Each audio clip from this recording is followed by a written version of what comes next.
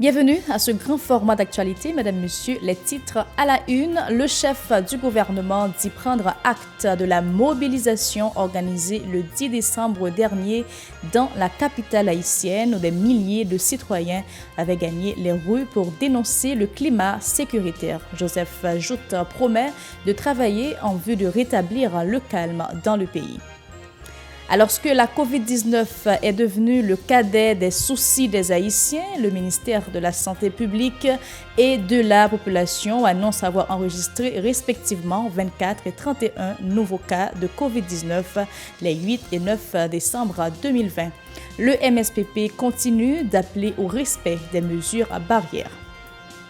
Des réactions pleuvent après la décision de l'administration américaine de sanctionner deux anciens responsables de l'administration de Jovenel Moïse ainsi que le porte-parole du G9 Jimmy Cherizier dit Barbecue, Pierre Espérance du RNDDH et Camille Oxius de l'OCNH saluent cette décision mais déplorent par ailleurs le laxisme de la justice haïtienne dans le dossier relatif au massacre de la Saline il y a 2 ans. Vers une plus grande valorisation des droits et libertés des peuples noirs, le Centre Pont Haïti a organisé une journée porte ouverte ce vendredi à Port-au-Prince en vue de relancer la campagne intitulée « Mouvement citoyen haïtien pour décennie petite l'Afriquio 2015-2024 » de l'Organisation des Nations Unies. Restez avec nous. Si vous jugez que cette vidéo est intéressante, n'hésitez pas à liker et partager la vidéo. Et surtout, n'oubliez pas de vous abonner à cette chaîne et activer la cloche de notification pour ne pas louper aucune de nos vidéos. Merci de rester fidèle, Madame, Monsieur. Le chef du gouvernement dit prendre acte de la mobilisation organisée le 10 décembre dernier dans la capitale où des milliers de citoyens avaient gagné les rues pour dénoncer le climat sécuritaire. Dans un message publié sur son compte Twitter, Joseph Jout promet de travailler en vue de rétablir le calme dans le pays. Rappelons que la marche pour la vie a coïncidé avec la célébration de la Journée internationale des droits de l'homme. Après plusieurs mois passés avec une diminution considérable du nombre de cas de coronavirus au quotidien, le pays recommence à compter plusieurs dizaines de cas par jour. Dans l'avis du ministère de la Santé publique, paru les 8 et 9 décembre, le pays enregistre respectivement 24 et 31 nouveaux cas de COVID-19. À date, le pays recense 9 465 cas d'individus infectés par la COVID-19. Entre autres, 8 214 sont guéris de cette pandémie, tandis que 233 autres en sont décédés. Le département de l'Ouest dénombre le plus grand nombre d'infectés.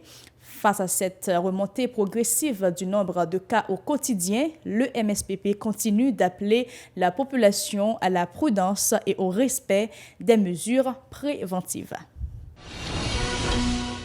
Le secrétaire exécutif du Réseau national de défense des droits humains, Pierre Espérance, applaudit la décision du département américain de sanctionner les anciens fonctionnaires de l'administration publique, Fednel Monchéry et Pierre-Richard Duplan, ainsi que l'ancien policier et actuel chef de gang, Jimmy Cherizier, accusé d'avoir participé au massacre de la Saline en novembre 2018.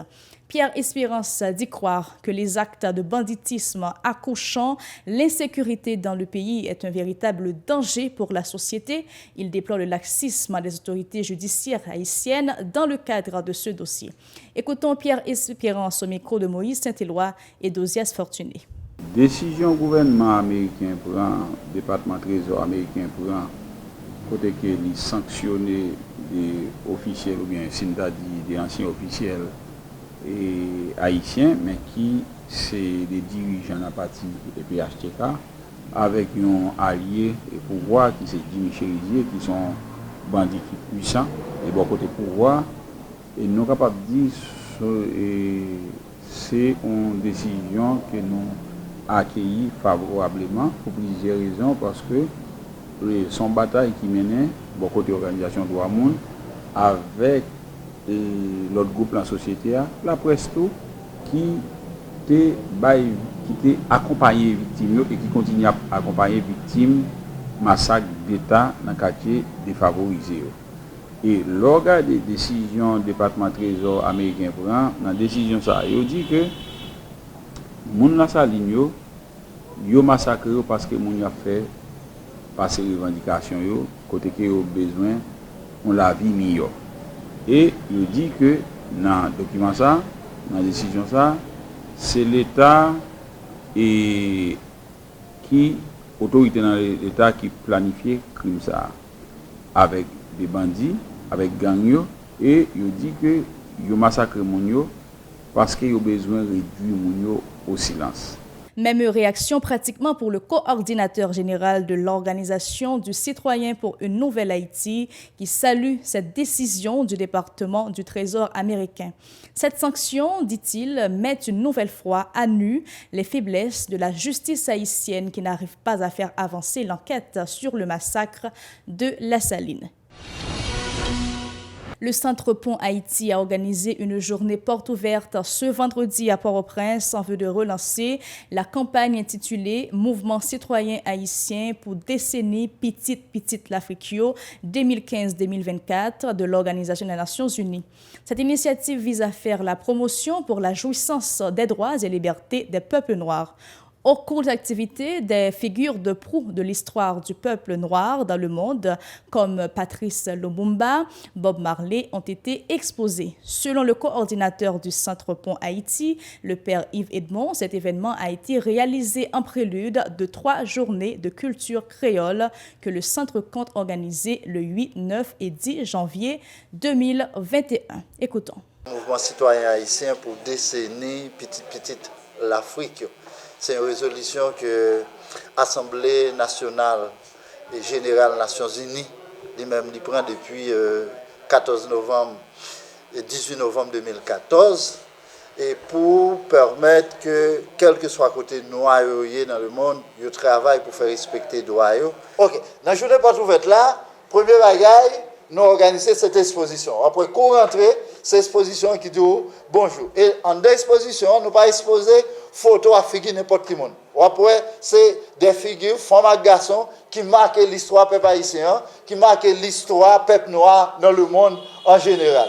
Et puis, après, nous gagnons un centre de documentation, c'est en l'air, lui-même espéré, avant d'aller nous faire un petit tour pour montrer mon centre de documentation, qui gagne un livre sur l'histoire, sur la culture, ça qui concerne les relations Haïti avec la République dominicaine. Nous gagnons des produits artisanaux tout, ou bien art qui fait, qui est exposé sur galerie ensemble avec d'autres figures de pouyo. Et puis, nous voulons que moun yo tout, yo apprécié, yo savouré plus, ça et les cuisines nakaï la manger créole.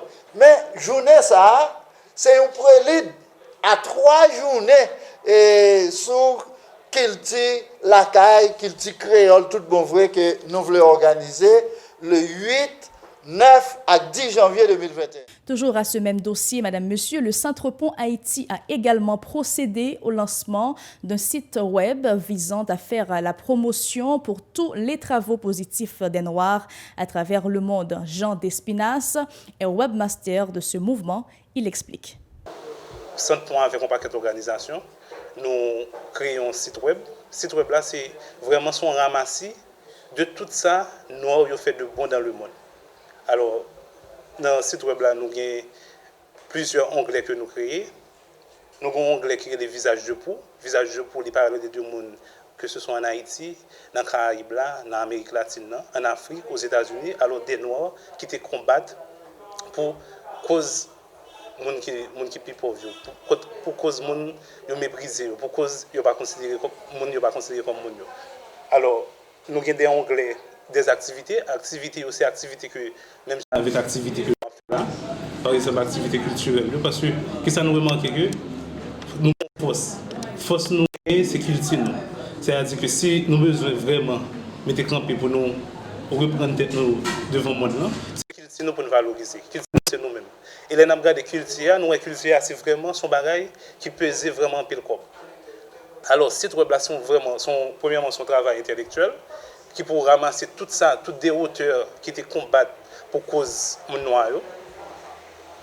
nous avons des super textes qui écrits sur lui. Par exemple, nous avons onglet justice et réparation. Nous avons Alain Thionnier qui écrit faute des réclamations étrangères. Nous avons Benoît Joachim.